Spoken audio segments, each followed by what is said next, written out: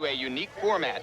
8 competitors in each event, one of them from the USA, one each from the first 2 nations in the European Cup Championships this year, as in most years, the Soviet Union and East Germany.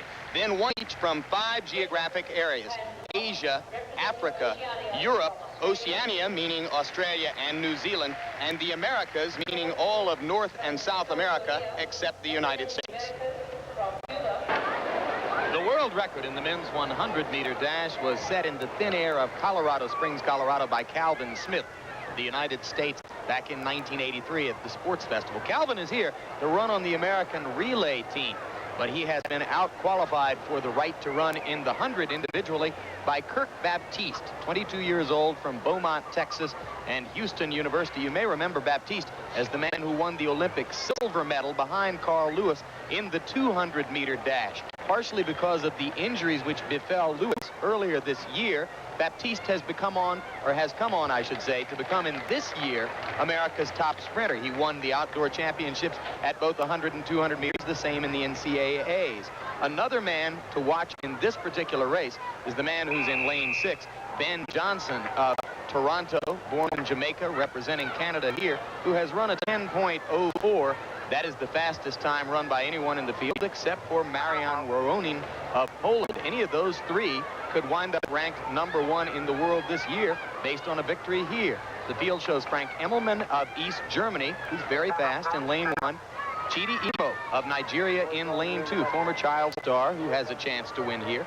Nikolay Yushmanov of the Soviet Union, the new Soviet sprint stars, in lane 3. Marian Woronin, 29 years old, the European record holder at 10 flat, is in lane 4. Cheng of Asia and China is in lane 5. Ben Johnson is in lane 6. Gerrard Keating, representing Australia, in lane 7. And Baptiste is in lane 8. Good wide-open 100-meter race, Marty, as you get a look at Baptiste. I am sure we'll see a very close race here. And as you said, any one of 3 men, if they would win it by even 2 yards, could be the #1 man at the end of the year. We thought that Kirk Baptiste would set the world on fire after he won both the 100 and 200 attack, but he went to Europe and he lost to a few of the fellows that are on his left right now. And that is his problem. He's way out there in lane 8. If he has one failing that he needs to work on, it's his start, because sometimes he falls asleep at the gun. And Ben Johnson gets out very quickly. And Kirk was out very fast. Maybe he was the one who jumped. That was a false start, and we are waiting to see exactly whom it was charged against. Not like the old days. You can't argue it wasn't my fault, because they are electronically hooked up to those blocks, and the blocks tell the story. Let's watch it again as they were held down in their blocks for a while. Usually this caliber. Oh, Kirk, oh yes.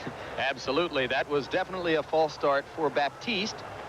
Well, maybe a little bit nervous here. He does have international experience under his belt, having represented the USA in the Olympics. And he also knows that the start is going to be important for him, because he won't see anybody else really, his top competition, so far down the track from him. So he was mindful, as I was saying, of getting a good start, and he was a little bit too careful.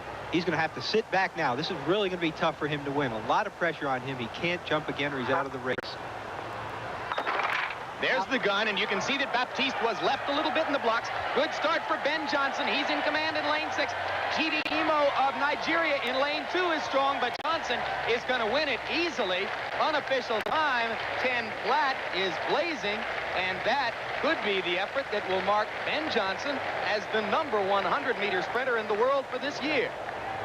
A good close race for Kirk Baptiste. I think it was all over before the gun went off, because he had to be so careful about his start, having that one false start charged to him. Johnson out in the center of the track, and really it was a very close race for the other places, but Ben Johnson was a clear-cut winner today. Could be the #1 sprinter in the world.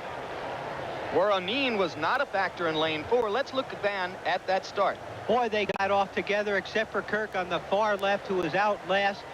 Emmelmann in lane 1, working very hard, but Johnson, same form as last year. Such huge arm swing. Not a big man, but he's out very quickly, holds it. He's really in command the whole way. Kirk Baptiste at the end of a long season, as he said in his interview, at the end of a long season. He's certainly showing it here as he's losing to some men who he probably would have beaten easily earlier in the season.